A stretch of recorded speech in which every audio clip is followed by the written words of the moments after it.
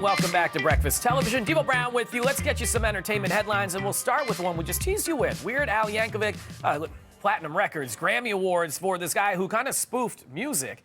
But he did a lot. He had a cult following with this, but the trailer is now, it's a teaser trailer for Weird. That's what it's going to be called. It's more of a mockumentary, scripted a little bit as well. It's kind of not the typical, or it's actually kind of spoofing what you see in regular biopics as well. But Daniel Radcliffe is Weird Al Yankovic. Sell me on it. Check this out. Have a look. Sell me on it, D. Hope you guys are ready for this. Like a surgeon. There you go. Okay, so he has all these spoof songs. If you're not familiar with who Weird Al is, look him up. But he did a lot, man, back in the 90s and the 80s. People were loving this stuff. He spoofed big hits. So Eat It was one of the songs, like you heard right there, Like a Surgeon, a la Madonna's Like a Virgin track, and so much more. With this, he co-wrote it, so he is involved, and he's excited for this. I don't know, I'm willing to check it out. He really is a weird cat. Like, it's not just a Weird persona. Al. And he came up with the whole parody, but made these legit videos. Although now a lot of the stuff wouldn't hold up. But yeah, some of the content definitely a little bit offside, probably. Yeah. But the fact, like the casting here, I wasn't sold on it, but I'm kind of now I'm getting there. So Daniel Radcliffe. Weird Al is like 6 foot something, skinny, Yes. kind of wiry dude. Daniel Radcliffe is 5 foot something, He's a hobbit. skinny, He's a wire, hobbit. yes, Yeah. wiry dude. So, but it looks right. Right. It looks like it's going to be all right. I mean, there's a couple things I am interested in. One is, like, it wouldn't happen today because what if someone said to, like, Nicki Minaj or something like that, okay, I want to make a parody. Yeah. Like, I'd love to, I don't know his backstory enough to know how he got away with parodying, at the time, the biggest artist in the history of Yeah, music, Michael Jackson, Madonna. Madonna. Like, I don't know how he got away with that and made money on top of it because the copyright rules today, I'm assuming, are a little different. True. Yeah. That's the one aspect of his success I find mind-boggling. I don't know if it's for me.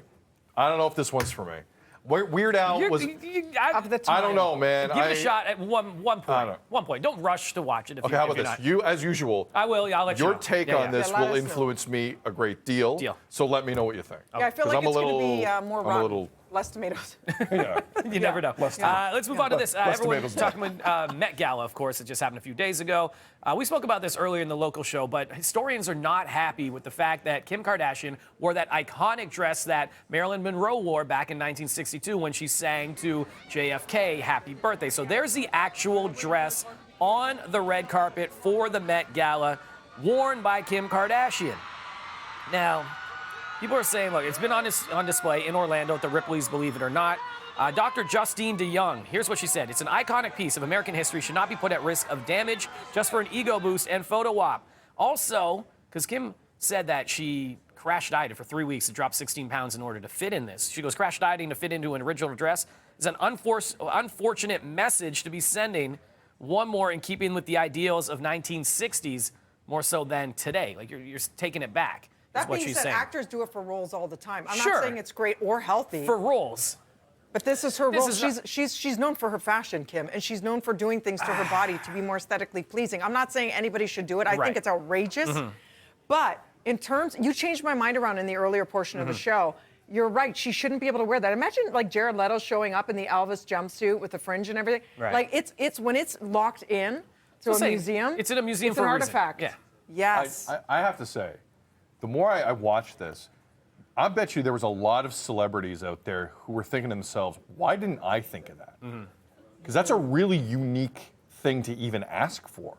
Like the audacity, like think about the asking, level yeah. of confidence you have as a celebrity to say, you know what, Marilyn Monroe wore it, I can do it. Right. Now, the Met is that kind of an event. It's as high profile as it gets, right? Am I wrong? Like that's kind of Yeah, it is. So that's the it fashion-wise, event. that's- It's yeah. still the it pinnacle. event. Yeah.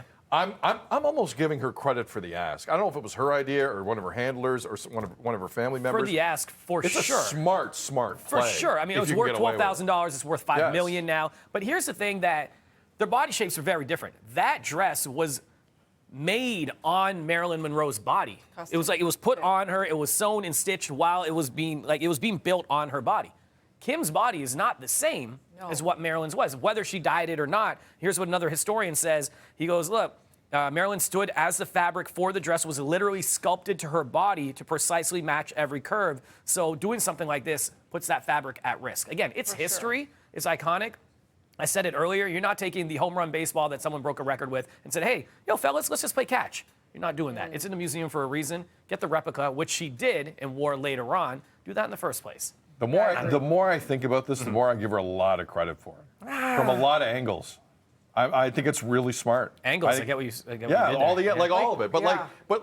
I didn't even realize that was the case. What you just said, that it was absolutely tailored. Yeah. It's an even better idea to me. Like, what's next? Beyonce showing up in a sandwich board with like the Mona Lisa on one thing, and like, you know what I mean? Like, oh, but it's art. Yeah. No, if it's art, you have to preserve Well, there are it. limits. Yeah. We're not taking the Mona Lisa out of fine, anyway. but you know what? You know I where what I'm you're going with this. Yeah, I know what you're saying. Let's talk about this. Last night, this happened. Dave Chappelle was tackled on stage. So he's performing. Netflix is a Joke is the festival that's going on there. There's big names at this festival. It's at the Hollywood Bowl in Los Angeles.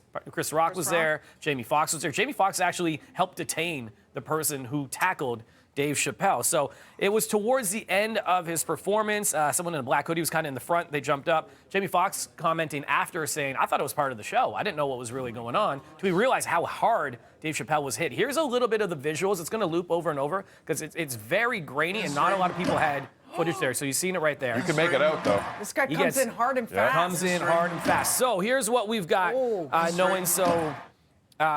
He goes, everyone compose themselves after. He goes, I want this to be a peaceful moment. Obviously now that's what's happening. But Dave Chappelle going on to kind of crack jokes about it, saying everybody needs someone like Jamie Foxx in their lives because Jamie Foxx was there in a sheriff's hat, of all things. That's what he was wearing and helped detain the person. But also there are videos circulating of this person being crowded around by the rest of security and perhaps... Pile on?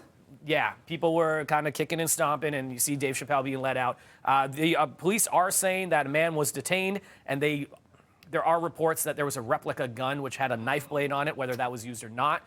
But no one was injured in this. Maybe the person trying to tackle Dave got injured, taken out on a gurney. So that's all we got from that. There's a lot of just conflicting reports. Nothing is solidified outside of this. You said Chris Rock made a joke. He made a crack about it? That's also...